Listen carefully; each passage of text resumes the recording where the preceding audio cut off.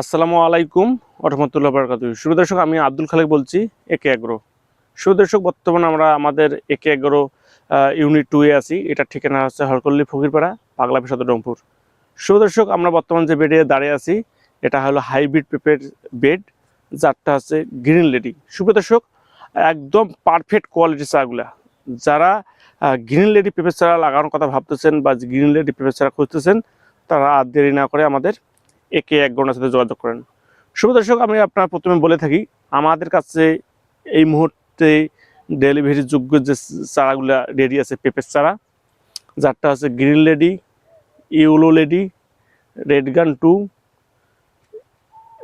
Red lady, স্পানি king, Taiwan king, বাবু, এই সকল পেঁপের জাতগুলো বর্তমানে আমাদের কাছে রেডি আছে। এছাড়াও আছে গ্রিন শাহি, শাহি, রাজাশাহী। তো শুভ দর্শক, আজকে আমরা পেঁপে পরিচর্যা এবং পেঁপে লাগানো সম্পর্কে আলোচনা করব। শুভ দর্শক, পেঁপের পরিচর্যা, জমি আগে লাগানোর কথাটা বলি আগে, যে পেঁপে লাগাতে জমি নির্বাচন করতে হবে এক, উঁচু এবং মাঝে ধরনের উঁচু। যে সকল জমি থেকে পানি খুব দ্রুত নিষ্কাশনের ব্যবস্থা আছে, এই সকল জমি নির্বাচন করতে হবে। তারপরে এই ধরনের জমি সিলেকশন করতে হবে। দ্বিতীয়ত সুপ্রিয় দর্শক, আপনার মূল জমিতে আপনার গাছ থেকে গাছ আমরা বলে থাকি 6 ফিট, লাইন থেকে লাইন হলে লাইন থেকে লাইন 6 ফিট, আর গাছ থেকে গাছ হলো 5.5 ফিট।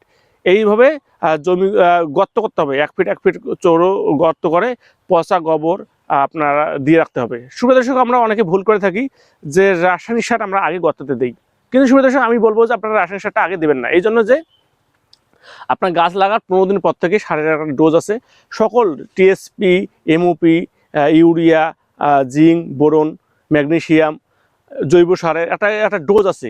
প্রতিটা করে সারের একটু একটু করে নিয়ে গাছের মনে করেন যে 15 দিন পরে, লাগানোর 15 দিন পরে গাছ থেকে 1 ফিট দূরে চতুর্দিকে রিং করে এটা গাছে দিতে হবে।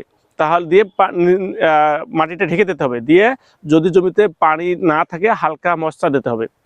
এইভাবে 15 দিন 20 দিন পর পর সারের ডোজ আছে। তো সুপ্রিয় আমরা অনেকেই একটা ভুল করে থাকি যে আপনারা আগে আমরা সার দিয়ে থাকি। সুপ্রিয় আর একটা কথা বলে রাখি যে আপনারা যখন জমিতে সার দেবেন, অবশ্যই 10টা যেটা জিঙ্ক সারের সাথে অন্য সারটা মিশাবেন না। এটা হলে দ্রুত সারটাকে দলা করে ফেলে এবং গুণগত মানটা অনেকটা কমে যায় এবং দলা হয়ে যায়। দলা হয়ে গেলে একসঙ্গে এক জায়গাতে বেশি পড়ে যায়, সেই জন্য জিঙ্কটা আপনারা আলাদা করে মিশাবেন।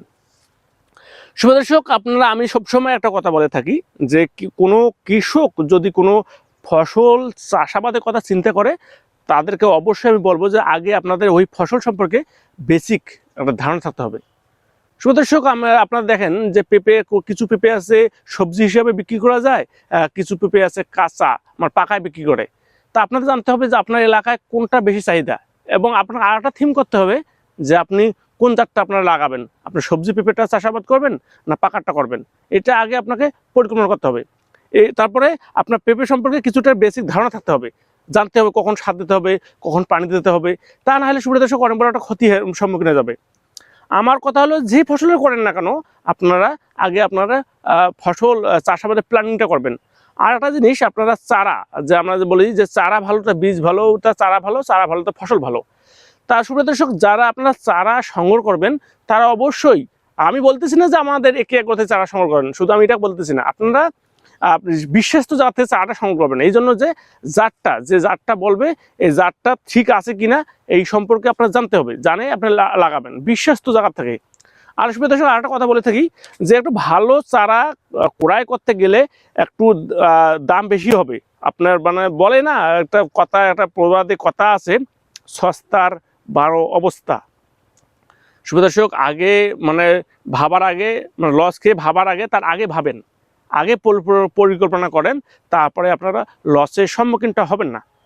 তাই সুপ্রিয় দর্শক, এই জিনিসগুলো আপনারা অবশ্যই মাথা রাখতে হবে, তা না হলে আপনারা অনেক বড় একটা লসের সম্মুখীন হতে হবে। সুপ্রিয় দর্শক, পেঁপে একটা লাভজনক ব্যবসা এটা, এবং একটা জ্যান্ত ব্যবসা, লাভজনক ব্যবসা। যারা পেঁপে চাষ করছেন বা কথা চাচ্ছেন, আপনারা দেখেন যারা ইতিপূর্বে পেঁপে বাগান করছে, তারা যদি 1 একর করে থাকে এখন 2 একর করতেছে, তারা জানেই যে এটা একটা লাভজনক ব্যবসা। ওই জন্য যে আপনি তার লাভ দেখে যে আপনি দৌড় দেবেন তা না, আমি বলি যে আপনারা অল্প করে শুরু করে দেখেন কেমন হয়, তারপর থেকে আস্তে আস্তে আপনারা প্রজেক্টটা বাড়ায় নিতে পারেন। শুভ দর্শক, আপনারা একবারই তো সবকিছু আলোচনা করা যায় না। আমাদের যে স্ক্রিনে যে নাম্বার দেওয়া আছে, নাম্বারে যোগাযোগ করবেন। আমাদের শুধু যে চারা নিলেই যে আমাদের কাছে পরামর্শ নেবেন তা না, আমরা তাছাড়া এমনিতেও পরামর্শ দিয়ে থাকি। আর শুভ দর্শক, আমি একটা জিনিস আপনাদের দেখাচ্ছি। এই দেখেন, আপনারা সুস্থ সবল চারার কোয়ালিটি দেখেন। আপনি দেখেন এই চারাটা দেখেন, একদম গোটটা কত মোটা, দেখেন গোটটা কত মোটা, এবং দেখুন শিকড়টা যে আমি যখন টান দিচ্ছি, শুভ দর্শক, কীভাবে কপি কাপ খুলতে হবে দেখেন, এটা ওটা দেখাচ্ছি আপনাদের। শিকড়টা দেখেন একদম পারফেক্ট, এবং দেখেন শিকড় কত সুন্দর হবে, শিকড়টা চলে আসে। এবং এইভাবে দেখেন, আপনারা আগে এইভাবে হাত দেবেন, একটু চাপ দেবেন, দিয়ে টোকা দেবেন, দিয়ে আস্তে করে টান দেবেন, চলে আসবে। অনেকে এটা গাছটা ভেঙে ফেলে, গোড়াটা ভেঙে ফেললে গাছটা মারা যাওয়ার একটা সম্ভাবনা থাকে। শুভ দর্শক দেখেন, দুইটাই চারা একদম সবল চারা। তা আপনারা যেখান থেকে চারা সংগ্রহ করেন না কেন, এরকম সুস্থ সবল হেলদি এবং প্রিমিয়াম কোয়ালিটি চারাগুলো সংগ্রহ করবেন, তা না হলে আপনারা লসের সম্মুখীন হয়ে যাবেন। তো শুভ দর্শক, আজকে এই পর্যন্তই। আবারও নতুন কোনো ভিডিও নিয়ে আলোচনা হবে। আপনারা যারা আমার চ্যানেল নতুন, তারা অবশ্যই সাবস্ক্রাইব করবেন, ভিডিওটি শেয়ার করে অন্য দেখার সুযোগ করে দেবেন। আজকে এই পর্যন্তই, আবারও নতুন কোনো ভিডিও নিয়ে আপনাদের সাথে দেখা হবে। রাখি, আসসালামু আলাইকুম ওয়া রাহমাতুল্লাহি ওয়া বারাকাতুহু।